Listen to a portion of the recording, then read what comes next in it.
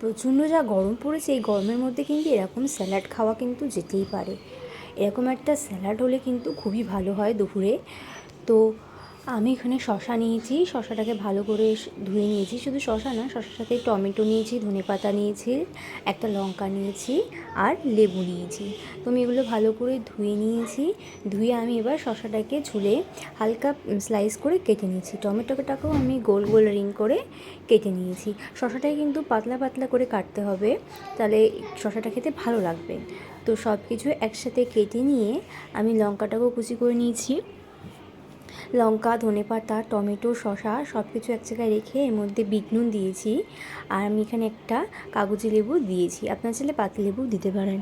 হালকা মতন চিনি দিয়েছি, হালকা লঙ্কার গুঁড়ো দিয়েছি আর একটু নুন দিয়েছি। ভালো করে হাত দিয়ে মিক্স করে নিলে রেডি হয়ে গেল কিন্তু আমাদের এই স্যালাডটা খেতে কিন্তু দারুণ হয়েছে। আপনারাও কিন্তু ট্রাই করতে পারেন অবশ্যই।